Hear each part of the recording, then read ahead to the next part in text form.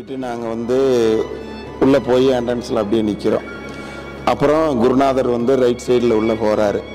உள்ளே போவையில் கூட நானும் ரைட் சைடு போகிறேன். எல்லோரும் வர்றாங்க. எல்லோரும் வரையில் எல்லோரும் வாசி பண்ணுறாங்க.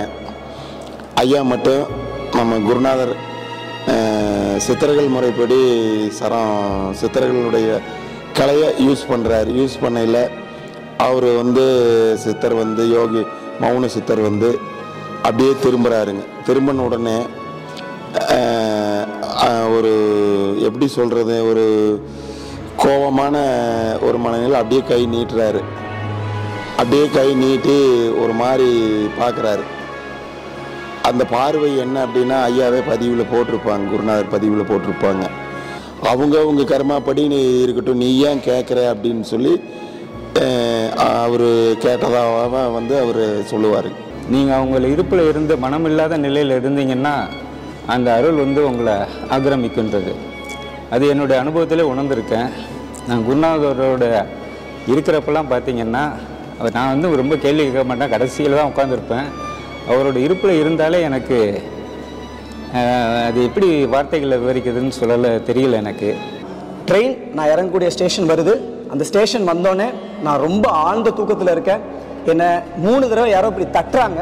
நான் ஏஞ்சி பார்க்குறேன், யாருமே இல்லை. அப்போ தான் எனக்கு புரிஞ்சிச்சு, தாத்தா அதாவது பின்னாடி இருக்கக்கூடிய திருச்சிற்றம்பல சுவாமிகள் வந்து எனக்கு அப்படியே தட்டி, டே கண்ணா நீ இறங்கக்கூடிய ஸ்டேஜ் வந்துருச்சு, நீ இறங்கு அப்படின்னு சொல்லி கொடுத்தாரு. இது ஒரு உணர்தல். இது புரிகிற மாதிரி இருக்கிறதுனால நான் சொல்கிறேன்.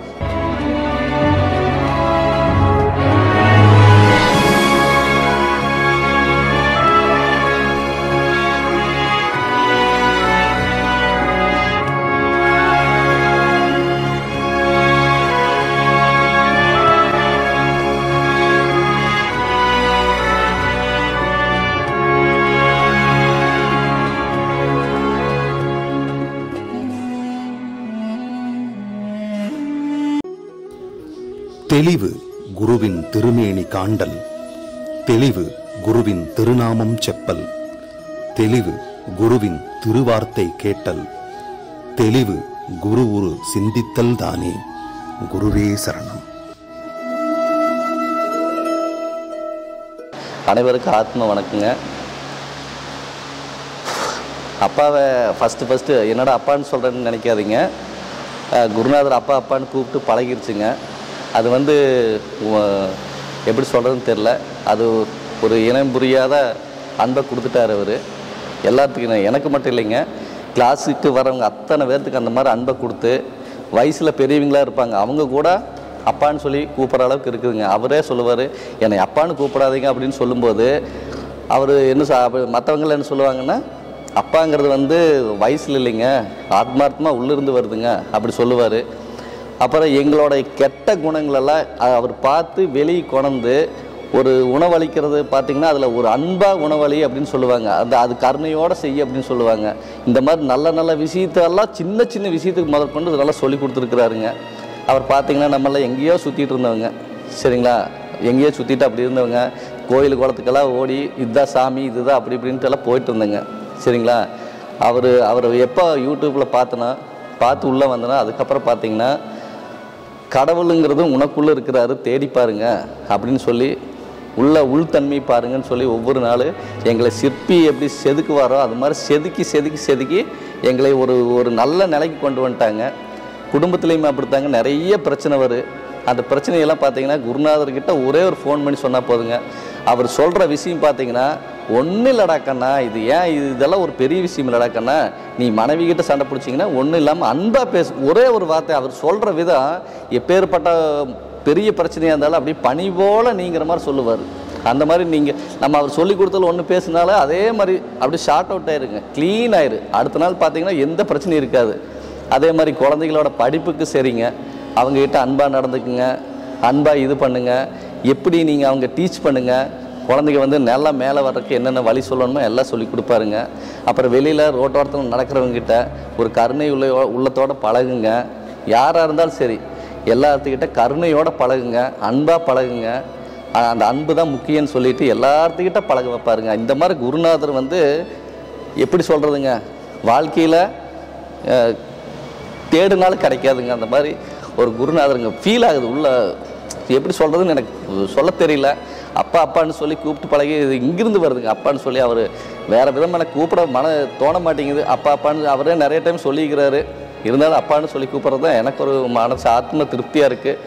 இன்னொன்றுங்க, கண்டிப்பாக நீங்கள் இது பார்த்துட்டு இருக்கவங்களும் சரி கேட்டுருக்கவங்க சரி, என்னைக்காவது உங்கள் வாழ்க்கையில் ஒரு நம்ம வாழ்க்கையில் ஒரு நல்ல ஒரு மாற்றம் வேணும்னு சொன்னால் கண்டிப்பாக நீங்கள் ஏதாவது யோகிக் இன்சைட்ஸ் ஃபவுண்டேஷனுக்கோ இல்லை யோகிக் இன்சைட்ஸ் இது மூலிமா வந்து யூடியூப் பார்த்து கிளாஸ் நடக்கும்போது ஒரு 2 நாள் கற்றுட்டு போய் பாருங்கள். உங்கள் வாழ்க்கை எல்லாமே கம்ப்ளீட்டாக மாறும். இது மார்க்கெட்டிங் இல்லைங்க.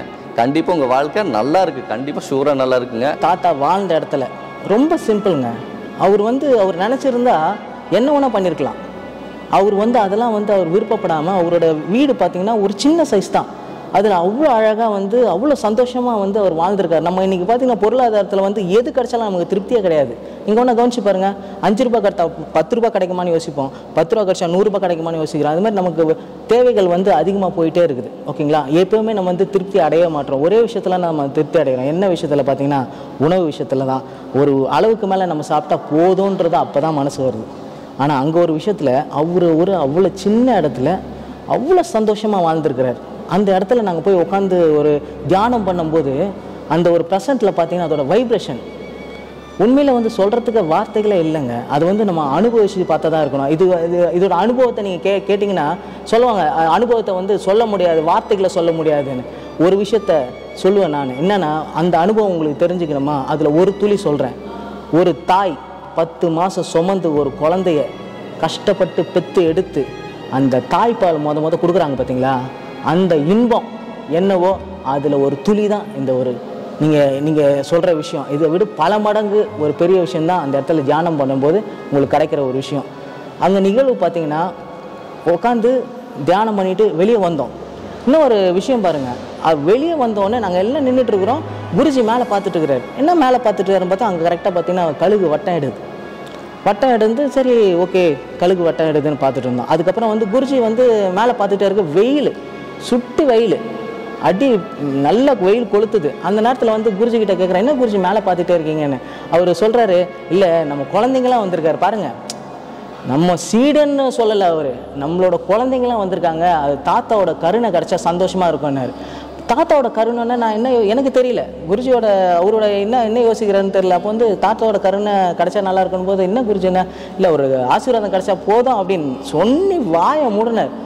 உடனே பார்த்தீங்கன்னா பனி மலை மாதிரி உங்களுக்கு பனி தூத்தல் மாதிரி மழை. அந்த வீட்டிலேருந்து அந்த கோவில் வர வரைக்கும் அந்த ஏரியா வரைக்கும் எங்களுக்கு மழை பெஞ்சது. அப்படி தூத்தல் மாதிரி, அதாவது என்ன சொன்னால் ஆசீர்வாதமான மாதிரி எங்களுக்கு கிடச்சிது. அது முடிஞ்சு வந்தோம்.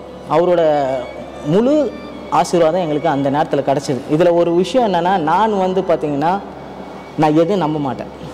கண்ணால் பார்ப்பதும் போய் காதால் கேட்பதும் போய் தீர விசாரிப்பதே மெய் அப்படின்ற நினச்சி தான் இது வரைக்கும் வாழ்ந்துட்டுருக்கிறேன். எனக்கு அவர் ஒரு ப்ரெசண்ட்டில் இருக்கிறாருன்னு உணர்த்தினார். இது நான் பொய் சொல்லணும்னு அவசியம் கிடையாது. இது உண்மையாக நான் சொல்கிறேன். ஏன்னா நான் இதை அனுபவிச்சதை சொல்கிறேன். ஓகேங்களா? நான் அந்த குரு பூஜைக்காக ஒரு 2 வருஷத்துக்கு முன்னாடி குரு பூஜைக்கு நான் அங்கே போயிருந்தேன். அப்போ யாகம் நடந்தது, எல்லாமே நடந்தது. அப்போ எனக்கு அவரோட கோவிலில் மணி அடிக்கிற எனக்கு ஒரு வாய்ப்பு கிடச்சிது. அப்போ சொல்லிட்டாங்க, மணி அடிக்கும் போது ஒரே வார்த்தை சொல்லிட்டாங்க, 3 மணி நேரம் பூஜை நடக்கும், விடாமல் அடிக்கணும் அப்படின்னு சொல்லிட்டாங்க. நானும் ஓகே இன்றைக்கி நம்ம மணியாக நம்பலாம் அப்படின்னு பார்த்துடுற மாதிரி வச்சு அடிக்க ஆரம்பித்தேங்க. என்ன நினச்சிங்க, 3 மணி நேரம் நான் ஸ்டாப் அடித்து கொஞ்ச நேரத்தில் பார்த்திங்கன்னா என்னோடய விரலோட தோல் அப்படியே வயிட்டுக்குச்சு. கொஞ்சம் லைட்டாக கொஞ்சம் பெயின் இருந்தது. சரி என்னடா அது பெயின் இருக்கேன்னு சொல்லிட்டு லைட்டாக தான் இருந்தது. சரி ஓகே அப்படின்னு எல்லாம் முடிச்சதுக்கு, பூஜைலாம் முடிஞ்சதுக்கு போய் சாப்பிட்றதுக்கு போனேன். பாருங்கள் அவரோட கருணையை பாருங்கள். அன்றைக்கின்னு பார்த்தீங்கன்னா சாம்பார் கொஞ்சம் காரமாகவே இருந்தது. நான் போயிட்டு சாப்பாட்டில் எப்படி கை வைக்கிறதுன்ட்டு பக்கத்தில் இருக்கிற சொல்கிறேன், நான் உன்னை பிசைஞ்சு தரட்டுமா கேட்குறேன், ஸ்பூன் எடுத்துகிட்டு வரட்டுமான்னு சொல்கிறாங்க. இல்லை பரவாயில்ல நான் சாப்பிட்றேன்னு சொல்லிவிட்டு, இது உண்மைங்க. நான் அந்த சாப்பாடில் கை வைக்கிறேன், எனக்கு ஒரு ஃபீல் கூட கிடையாது, அந்த எரிச்சலே இல்லை.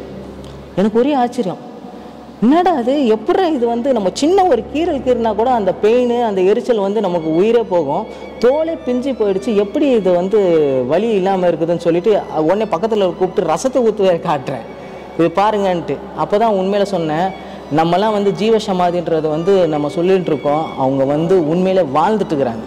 ஓகேங்களா? அதனால் வந்து நான் பெற்ற இன்பம் இந்த வையகம் முழுவதுங்க. உங்களை நீங்கள் தெரிஞ்சுக்கணுன்னா, அது ரொம்ப ஈஸியாக தெரிஞ்சுக்கணுன்னா, நீங்கள் வந்து உங்களுக்கு வந்து இது குரு பரம்பரையில் நீங்கள் வந்துக்கிட்டிங்கன்னா உங்களை நீங்கள் கண்டிப்பாக தெரிஞ்சுக்க முடியும்.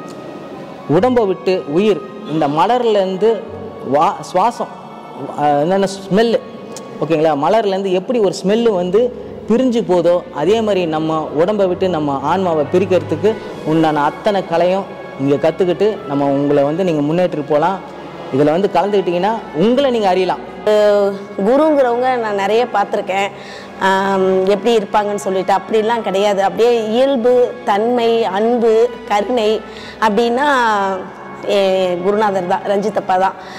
இப்போவும் நம்ம ஒரு தடவை கிளாஸ் அட்டன் பண்ணிவிட்டு நம்ம பாட்டு இருந்தோன்னா நம்மளை வந்து உயர்த்திக்க முடியாதுங்கிறது என்னோட கருத்து, என்னோட தனிப்பட்ட கருத்து.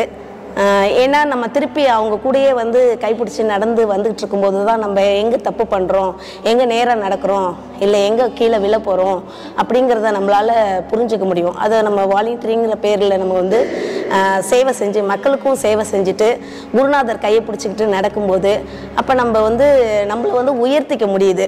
நான் முதல் கிளாஸ்லாம் நான் ஒரு பரபரப்பில் நல்லபடியாக எப்படி அட்டன் பண்ணேன்னு எனக்கே தெரியாது, ஒரு மாதிரி மிதந்துக்கிட்டு இருந்தேன். ஆனால் அடுத்தடுத்த கிளாஸ் வந்து வாலண்டியரிங் பண்ணும்போது வரும்போது மக்களுக்கு சேவை செய்கிற வாய்ப்பும் கிடைக்குது. என்னை உயர்த்திக்கிறதுக்கான ஒரு இடமாவும் நான் வந்து திருப்பி படிக்கிற ஸ்கூலாகவும் நான் வந்து இந்த யோகிக் இன்சைட்ஸை வந்து பார்த்துக்கிறேன். குருமார்களை வந்து நம்ம ஈஸியாக ரீச் பண்ண முடியாது. நம்ம ஃபோன் பண்ணால் அவர் எப்போ ஃப்ரீயாக இருந்தாலும் நமக்காக அதை எடுத்து நம்மளோட சொல்யூஷனை கேட்டு, பிரச்சனையை கேட்டு உடனே இமீடியட்டாக எந்த குருநாதர் நமக்கு தீர்வு சொல்லுவார்ன்றது என் லைஃப்பில் நான் இப்போ தான் ஃபஸ்ட் டைம் ஃபீல் பண்ணுறேன். எவ்வளோ பெரிய பிரச்சனையாக இருந்தாலும் அவர்கிட்ட சொல்லணும்னு நினைக்கிறப்பே பாதி எனக்கு சரியாயிடும். அது ஃபோன் பண்ணி அவர்கிட்ட சொல்லிட்டு இருக்கிறப்பே ஒரு எமோஷனோட தான் சொல்லுவான், எல்லாம் சரியாயிடுங்கக்கா, ஒன்றும் இல்லைக்கா அப்படிம்பாரு. பண்ணிவிட்டு நீங்கள் அமைதியாக இருங்க, இந்த அமைதியாக இருங்கன்ற வார்த்தை எனக்குள்ளார எவ்வளோ மாற்றத்தை ஏற்படுதுன்னா, சரி அவர் இருக்கிறாரு, அவர்கிட்ட விட்டுடுவோம், நம்ம அமைதியாக இருக்க மட்டும்தான் என்னோட வேலை அப்படிங்கிறது ரொம்ப ஃபோக்கஸ் ஆகிடுச்சு. வாலண்டியராக வந்து அவங்கள்ட்ட இருக்கிறது வந்து அவங்க தீட்சை கொடுத்ததோடு இல்லாமல் எங்களை திரும்பவும் வழிகாட்டி எங்களை கொண்டு போகிறாங்க. மனசளவுலையும் ரொம்ப ஒரு அமைதியான சூழ்நிலை, ஒரு நிம்மதி.